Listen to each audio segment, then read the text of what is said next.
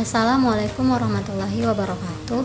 Langsung saja. Kali ini kita akan membahas tentang bioteknologi dan sub-sub materi kita. Yang pertama, perkembangan bioteknologi, lalu bioteknologi konvensional dan bioteknologi modern, lalu penerapan bioteknologi, dan yang terakhir kelebihan dan kekurangan bioteknologi. Nah, ini materi yang kita akan bahas. Bioteknologi atau cabang ilmu biologi yang mempelajari pemanfaatan makhluk hidup untuk menghasilkan barang atau jasa. Menurut definisinya, bioteknologi suatu usaha pemanfaatan proses-proses biologi dalam tingkatan seluler atau molekul baik dari hewan, tumbuhan, atau mikroorganisme untuk memproduksi berbagai produk dan memanfaatkannya untuk jasa-jasa tertentu. Dan pada prinsipnya, dalam bioteknologi terkandung 3 hal pokok pada bioteknologi, yaitu mikroorganisme, enzim, sel tumbuhan, dan sel hewan.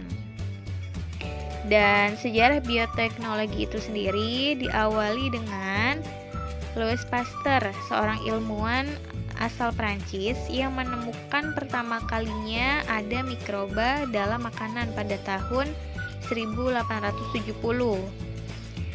Dan Louis Pasteur ini menemukan yang ditemukan Louis Pasteur ini seperti produksi roti, bir, susu, fermentasi, serta berbagai makanan seperti tempe yang dikategorikan sebagai bioteknologi konvensional. Kemudian dilanjutkan oleh Edward, penemuan fermentasi alkohol dengan perantaraan ragi pada tahun 1897 yang menghasilkan etanol dan karbon dioksida. Kemudian berdasarkan prosesnya, bioteknologi ini dibagi menjadi 2, bioteknologi konvensional dan bioteknologi modern. Bioteknologi konvensional ini memanfaatkan mikroba, proses biokimia, dan rekombinasi genetik tanpa adanya rekayasa. Kemudian menggunakan metode sederhana tanpa sterilisasi.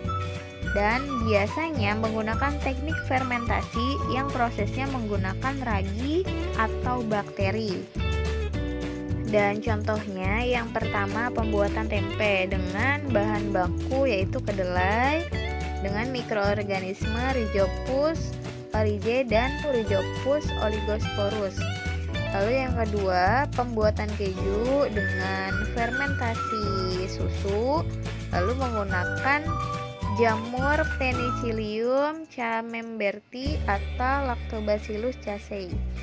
Lalu yang ketiga, pembuatan yogurt dengan fermentasi dari susu dengan menggunakan bakteri Lactobacillus bulgaricus atau Streptococcus thermophilus. Dan contohnya lagi pada pembuatan tempe dengan bahan baku singkong dengan fermentasi ragi menggunakan jamur Saccharomyces cerevisiae dan lainnya ya, dan masih banyak lagi contoh-contoh dari bioteknologi konvensional. Dan sekarang lanjut ke bioteknologi modern. Bioteknologi ini didasarkan pada manipulasi atau rekayasa DNA, yaitu upaya memperoleh makhluk hidup dengan sifat yang diinginkan melalui mutasi DNA secara transgenik maupun memanfaatkan teknik kultur in vitro yang dapat menyebabkan mutasi. Dan alat yang digunakan ini sudah canggih dan menggunakan sterilisasi modern. Contohnya yang pertama pada bidang pertanian ini ada teknik kultur jaringan, yaitu metode memperbanyak tumbuhan dengan memanfaatkan sifat totipotensi jaringan meristem. Kultur jaringan dilakukan di dalam medium pertumbuhan steril. Contohnya ini sering dilakukan pada tanaman anggrek dan kelapa sawit. Dan berikut skema kultur jaringan pada tumbuhan wortel. Kemudian tanaman transgenik dengan teknik modifikasi DNA agar lebih unggul dan tahan lama. Biasanya dilakukan pada tanaman jagung, padi, dan gandum. Selanjutnya, pada bidang kesehatan yang pertama ada antibiotik dihasilkan oleh Penicillium chrysogenum, Penicillium notatum, dan Streptomyces.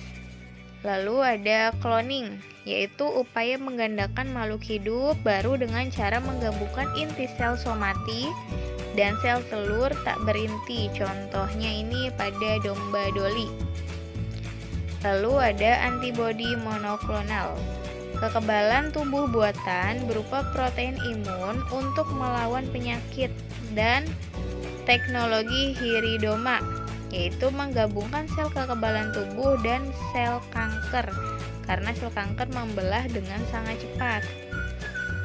Lalu ada bayi tabung, yaitu hasil fertilisasi secara in vitro. Ovum dan sperma dipertemukan di dalam sebuah wadah sehingga terjadi pembuahan. Setelah itu akan ditransfer lagi ke rahim ibu. Yang terakhir ada vaksin atau bahan yang digunakan untuk membentuk kekebalan tubuh melawan penyakit. Kemudian masih ada lagi nih bioteknologi modern, contohnya pada bidang peternakan, yaitu contohnya seperti inseminasi buatan. Metode menginjeksikan langsung sel sperma kepada rahim untuk mendapatkan keturunan, contohnya pada hewan sapi. Lalu pada bidang lingkungan, yaitu seperti proses bioremediasi, bakteri pengurai plastik dengan Ideonella sakhainensis, bakteri yang membantu mengurai plastik agar tidak mencemari lingkungan, dan Pseudomonas aeruginus, yaitu pengurai limbah minyak dan sampah organik lainnya. Selanjutnya, contoh penerapan bioteknologi yang lainnya ya, dari bidang pertanian dan bioinsektisida, pembunuh alami untuk membasmi hama ulat. Ya, biasanya menggunakan bakteri Bacillus thuringiensis. Lalu pada bidang pertambangan, dengan menggunakan Thiobacillus peroxida dan bakteri ini untuk mengekstrak emas dan perak di dalam bebatuan. Biasanya emas dan perak ini biasanya masih bercampur dengan bebatuan, sehingga dengan bakteri ini akan lebih memurnikan ya, jadi memurnikan emas dan perak. Kemudian pada bidang pangan, menggunakan makhluk hidup bersel satu untuk meningkatkan kebutuhan pangan atau protein sel tunggal. Dan contoh bakteri yang digunakan adalah Chlorella, Candida, dan Utilis. Lalu ada rekayasa genetika, mengubah susunan DNA makhluk hidup dengan cara memasukkan gen asing. Contohnya bakteri yang digunakan adalah Escherichia coli untuk menghasilkan insulin. Selanjutnya, kelebihan atau kekurangan bioteknologi dari bioteknologi konvensional. Yang pertama, kelebihannya itu lebih murah, teknologi sederhana, dan penerapannya lebih mudah. Dampak negatifnya dipengaruhi keadaan suhu seperti suhu cuaca dan lain-lain, karena pembuatannya masih alami hingga sangat mengikuti oleh faktor keadaan alam. Lalu perbaikan sifat individu tidak terjadi atau tidak menghasilkan bibit unggul.